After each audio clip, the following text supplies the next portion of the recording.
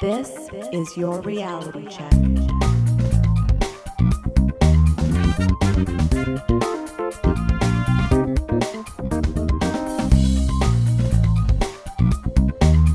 Hi everyone, and welcome to The Reality Check, the Canadian show that explores a wide range of controversies and curiosities using science and critical thinking. I am your host, Darren McKee, and with me, as usual, is Adam Gardner. What's up, Chokepoints? We have a great show for you today. I'm going to do a book review about economic choke points. But first, Adam, what did dinosaurs sound like? It's an interesting question, Darren. What did dinosaurs sound like? How could we even know? This is a question I asked myself a few years back. I don't really remember why I thought I asked this question to myself. And I kind of came to this realization that dinosaurs probably wouldn't have sounded at all cool. Because they're basically birds, and birds, they're not that cool sounding. Well, I guess they are kind of cool sounding, but not in a like terrifying monster sense, you know? Birds can be very pleasing, as long as you're not constantly surrounded by their chirping. But it's pretty, it's pleasant, it's nice, it's background, but they're not terrifying. Nope. So birds make a variety of sounds. I don't think a T-Rex would necessarily sound like a budgie, but I conceded that it's probably nothing close to something like a lion. And then last week, Darren sent me this Instagram reel. It's a thing that we do, send each other fun Instagram reels. And this is from an account, Gabriella Explains, who basically says that the Tyrannosaurus Rex probably didn't roar in the way that it does in Jurassic Park, the film, which is probably what people have as their idea of what that animal sounds like. So before I get into this video, let's just kind of think about this question. What did Tyrannosaurus Rex sound like? Dinosaur roars, like the T-Rex in Jurassic Park, aren't really like a lion or some standard large prey animal. That kind of makes me wonder, what even is that sound in that movie? So here's the sound of the T-Rex from Jurassic Park.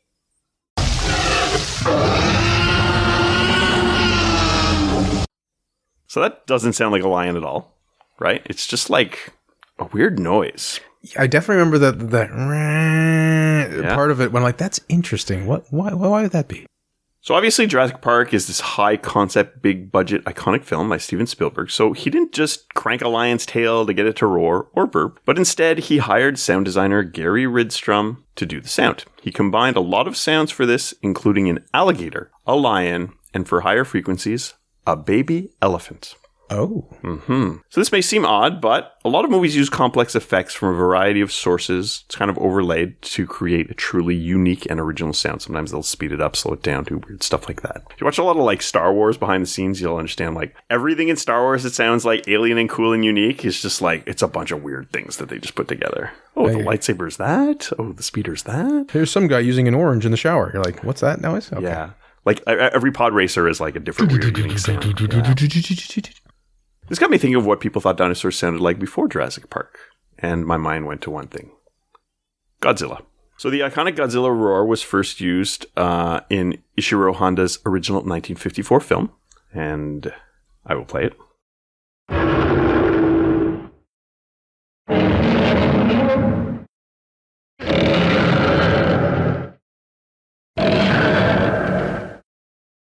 Well, that's interesting. That does sound like maybe a lion roaring, but slowed down or pitched down. And then part of it actually sounded more similar to when you, I think you're moving a table across a floor and it goes like squeak, like that squeaking, but it's a deeper squeaking sound. Yes. So that's what came to mind. Okay, so that's a good observation, Darren. So this roar was created by Akira Ifukube, who's a composer of the music from the 1954 Godzilla film, as well as many other Toho films. He thought that since Godzilla was a reptile, he shouldn't roar at all, but Ishiro Honda said, it could be a consequence of his mutations or something, so make him roar. It's cooler. I mean, once you've accepted Godzilla exists, you can be a bit more, have a leeway on the roar. Yes. So originally they tried to use lions, tigers, herons, and none of these seemed to work. So Akira Ifukube used a contrabass, which is a musical instrument. His assistant ran gloves over one of the unwound strings of the instrument. The speed was tweaked and animal noises were overlaid. So that roar was altered to be the roar of many other Toho monsters from Ishiro Honda's other films. Different versions came later, and I think the one from the Showa era is one which I've heard reused in a lot of other movies and resembles the Jurassic Park one quite a bit. Well, let's listen to that. So that is what I think about when I think of the Godzilla scream. Yes, absolutely. Or roar. That is definitely the Godzilla. Yeah, and I think that's the one you would hear reused in other movies. Like, I hear Godzilla say that, and I'm like, oh yeah, I remember they used that in an episode of Spider-Man, and they use it, like, there's just a bunch of things I've heard it like from. the Wilhelm scream. Yes, exactly. Whoa! So I would argue that the Jurassic Park T-Rex sound resembles Godzilla. But do we have reasons to believe that a dinosaur would even sound anything like this? So back to that video in question. So she says the T-Rex wouldn't roar at all, but probably had a low booming sound like a cassowary. So what the hell's a cassowary? This is a cassowary. That's kind of unusual.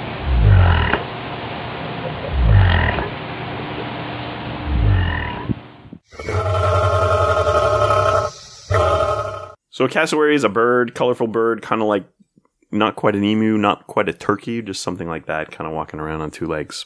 So that sound doesn't sound exactly like a dinosaur, but like maybe if you take that and you overlay a bit of like lion roaring, something like that. And basically she says that a T-Rex's closest relatives were reptiles and birds, which don't roar like a lion at all. So totally fair. I suppose that roaring could have evolved independently. Let's look at what roars and if those things that roar have common ancestors to see if that's possible to have evolved elsewhere. Roaring is primarily a mammal trait. Big cats, like lions, tigers, jaguars, and leopards, roar. But there are also other mammals like bears, elephants, and howler monkeys that roar.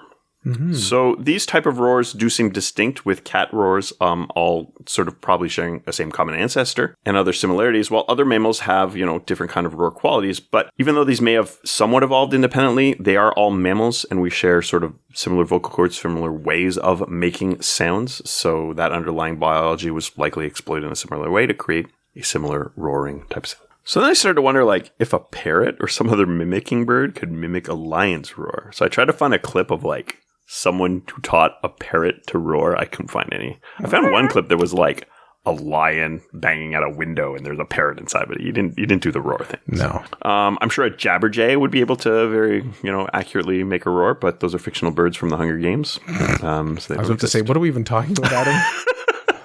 Not everyone is as literate and as well versed as you. So jabberjay, maybe that's a bit obscure, but they bred with mockingbirds to make mockingjays. That was the title of one of the books / movies. That so I do know. That's more known. And that's what makes the like whistling sound that is iconic of the resistance and all that stuff. So much to say, maybe a bird could evolve the ability to roar, more or less, but without a reason to. I'm not sure why it would need to. Like, why would the bird need to evolve a roar that sounds just like a lion's roar, unless it was trying to mimic it somehow? So, back to the video.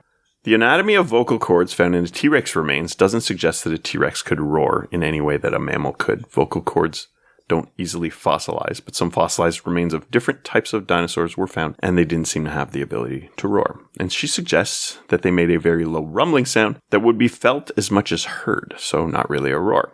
So looking around, I found a video on YouTube which came to a similar conclusion. It's a YouTube video by Dannerville, and basically they scanned the brain case, and it's kind of like the skull, I don't know why they don't call it a skull, which contains outlines of hearing organs. I guess they don't call them ears because they don't have like external ears like us, they call it a hearing organ. And basically that suggests that they would be good at picking up low frequency sound. And because when an animal roars, they roar for other animals of their species, then it is likely that they would roar at a frequency that they can hear easily. Mm-hmm. So it's likely that they roar at a very low frequency. All about that bass. Mm-hmm. So he said it would sound a bit like the Jaws theme, so the low rumbling violin sound. And the YouTube video tries to do a recreation.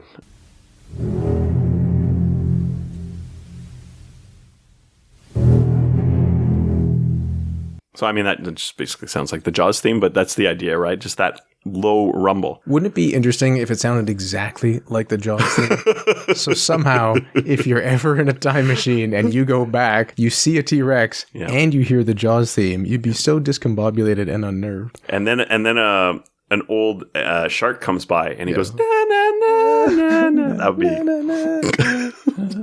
That made no sense, Adam. He also said, and the woman said in her video as well, that the T-Rex wouldn't need to open its mouth thanks to closed mouth vocalizations. He says that's common of many birds and reptiles. Now, evidently, I see some birds that do open their mouths to make sounds, but some don't open them to make their noises at all. So you can't really tell conclusively, but we're inferring from a lot of data points that probably that's what a T-Rex might have sounded like. Can we also infer some T-Rex probably used ventriloquism and killed at open mic nights? Probably. I imagine a little T-Rex puppet in his hand. His little short little hand, little tiny puppet, because I got the small forearms. So now I'm thinking, so we don't really have much of an idea if T-Rex roared.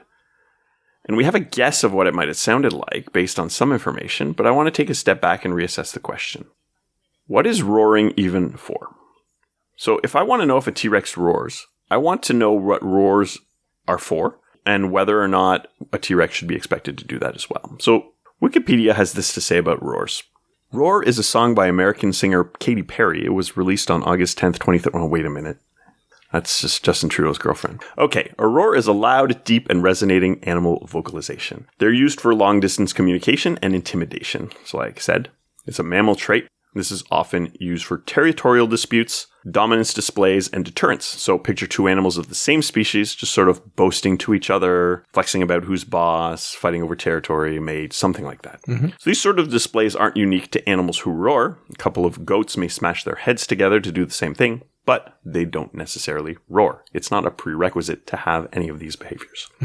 So then comes the question, would a T-Rex need to have a sound in its tool belt to accomplish this kind of task? And we don't really know exactly how dinosaurs acted, but we can infer from things in the fossil record what their behavior might have been like. And it seems that plausibly, yes, a T-Rex would have needed to establish and keep territory, intimidate others, attract a mate, and just do some sort of long-distance signaling. Is that something they accomplished through a sound, and did that sound resemble a roar? We don't really know. So let's look at the question another way. Because dinosaurs are closely related to birds, do other birds do these things, and how? So birds do not roar, as I mentioned. They will also do this sort of closed mouth, low frequency vocalization, certain types of birds, which is where the T-Rex noise basically comes from. If you think of birds, they do all sorts of things. They might do visual things. They might puff up, spread their wings and feathers, chase each other in the air. So a T-Rex or another dinosaur may do something like this. They're probably not flying, but they could be puffing up. So remember those dinosaurs in Jurassic Park that kill Nedry?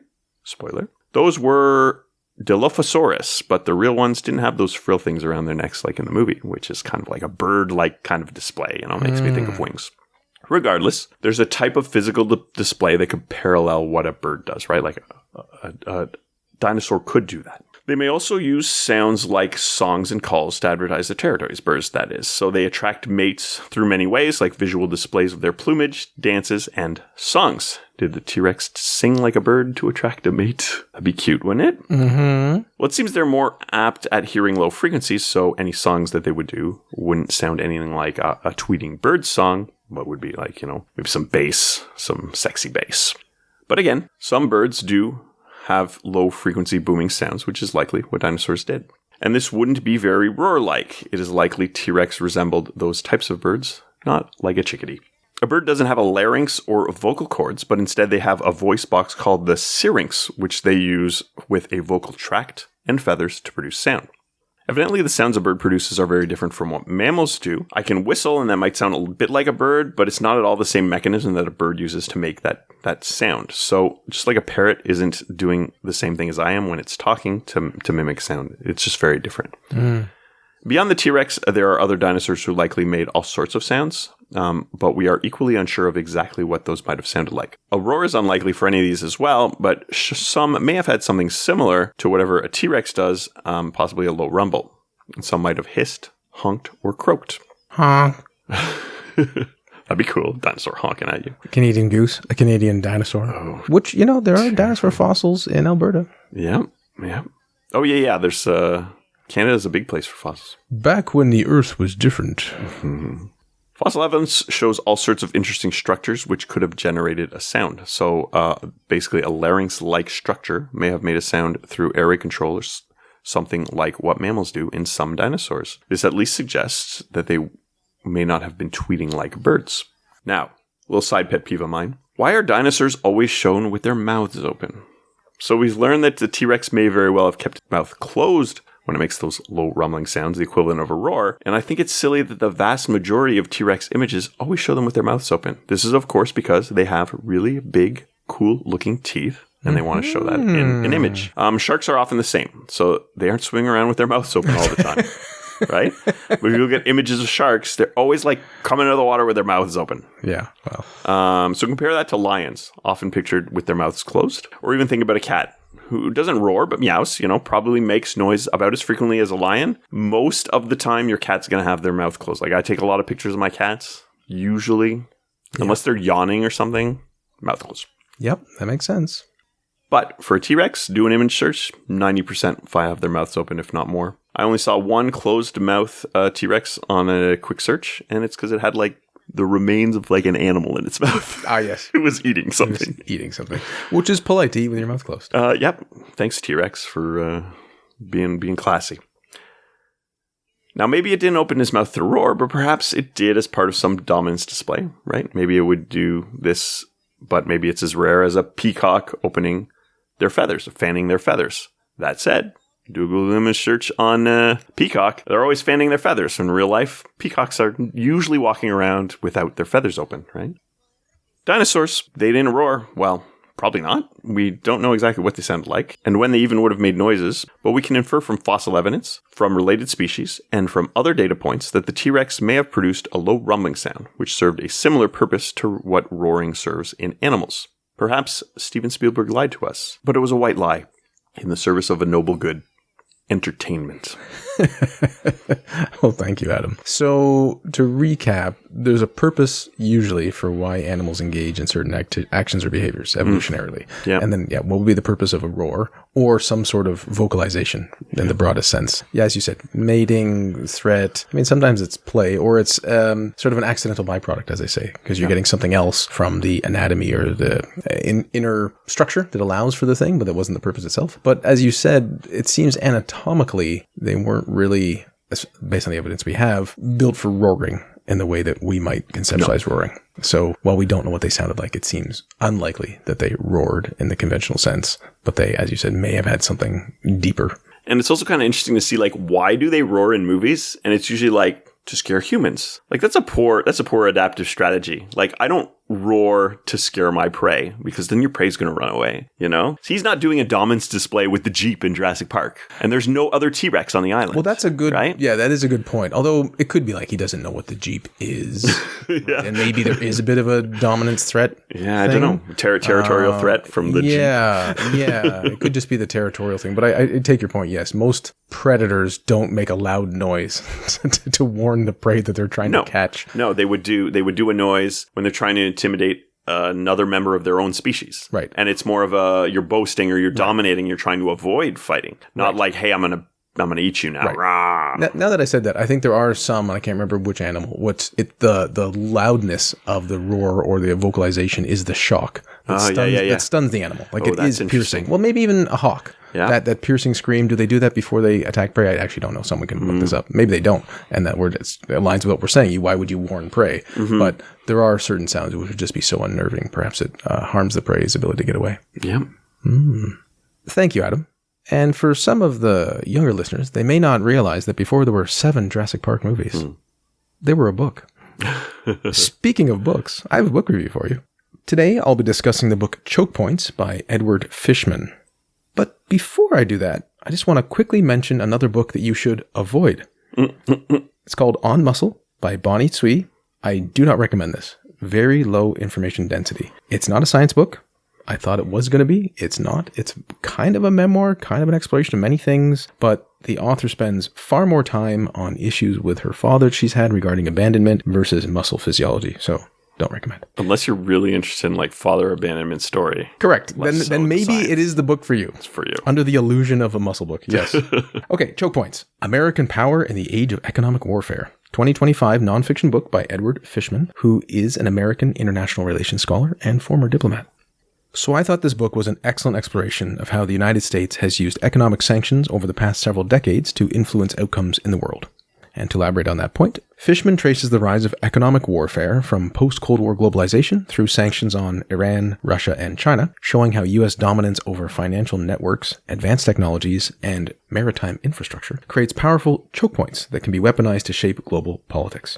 Often chokepoints are thought of in geographical terms. So if you can control a waterway, perhaps like the Strait of Hormuz, it may have issues regarding distribution of resources and power and everyone else being affected. In short, because the US dollar is the global reserve currency, and that means that many countries settle financial transactions in US dollars, even if neither of the two countries uses the dollar, the US has a lot of economic power or leverage. Imagine how disrupted your life would be if your bank just cut you off.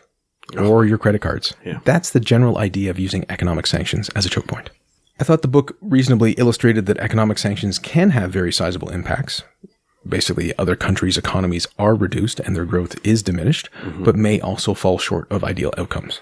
This goes to what are your expectations. If you think just by economic sanctions alone, you can get a country to stop doing something it really wants to do, that maybe won't do it. But they can be punishing and can be a great incentive to change behavior. It's a pressure.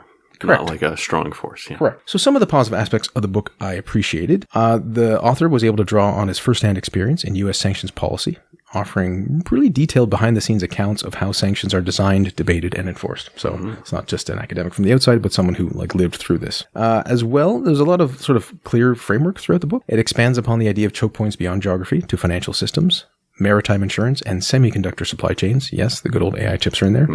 And this helps the reader get a powerful lens for understanding modern geopolitics. Additionally, the narrative was pretty accessible. So, despite its complexity, the book blends storytelling with analysis, making these technical geoeconomic issues understandable without sacrificing depth or rigor. So the writing and narration, it kind of makes an otherwise dry topic much more palatable. If someone said, oh, there's a 17-hour audiobook about economic sanctions, I'm like, why would you hurt yourself like that? So it could have felt a lot like homework, but it didn't really. Much more engaging, and I felt it put a lot of events into historical context. As for some limitations, it is primarily a U.S. viewpoint, giving less attention to how other states conceptualize or experience economic coercion. But I honestly don't see this as much of a strong critique because a book cannot be about everything. I don't usually accept critiques anymore. Well, the book should have had this in it. Yeah, maybe, but if the purpose of the book was X, you're it wasn't also Y and Z. Yeah. It was long enough as it was. If it were to expand its scope, you could say now it's too long and it lacks focus, right? There's always another criticism that pops up. It'd also be less within the author's wheelhouse. Some reviewers thought Fishman underplays how U.S. overuse of sanctions could accelerate global fragmentation and erode the very choke points it celebrates. But I found he repeatedly mentioned risks to U.S. credibility and the use of the dollar. To sort of put a point on that, if you keep threatening to take away access to U.S. dollars and the connected financial system, people will look for workarounds. Yeah, of course. And the more they do that, then you don't have as much threatening power because they're not reliant upon you anymore. So just to quickly end with some AI-assisted overview of deeper themes, the book shows that Fishman is not simply recounting the rise of sanctions. He's mapping a structural transformation in global power.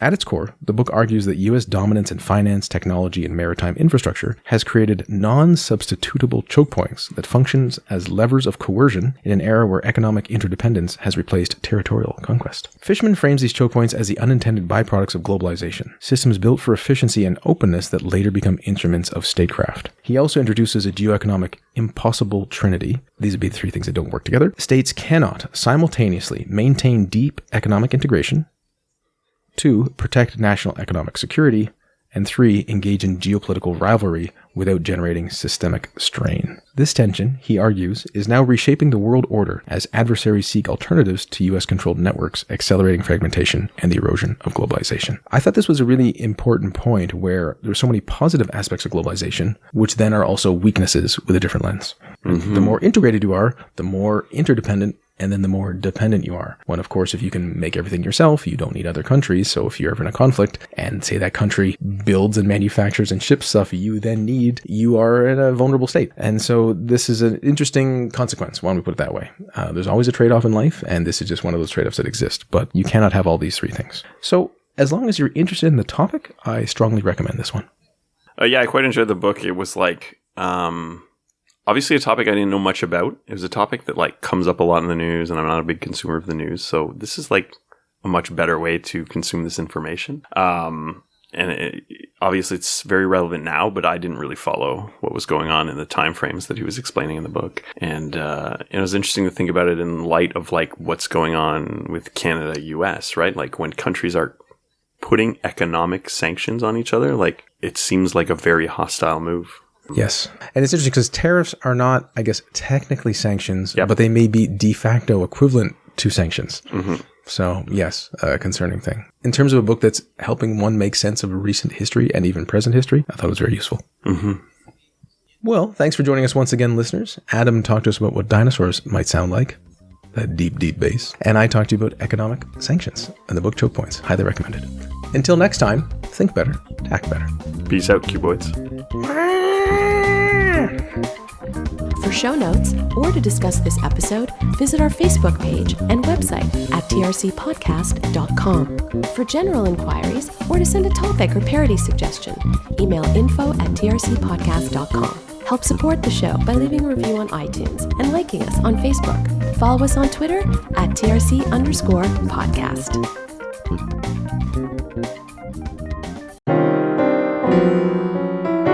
Outtakes. Maybe we'll take that out. Yeah. It's a pigeon on top of my The air conditioner? Yeah. What are the odds? I don't think it's happened before. Well, it's like sitting on it? I gotta see this. Oh, well, gone now. Okay, wow. I'm like 3 sentences in. A lot of edits for you. I'm sorry, Adam. It's fine. It's alright. I like make the noise of Denver, the last dinosaur, but I don't know what that is.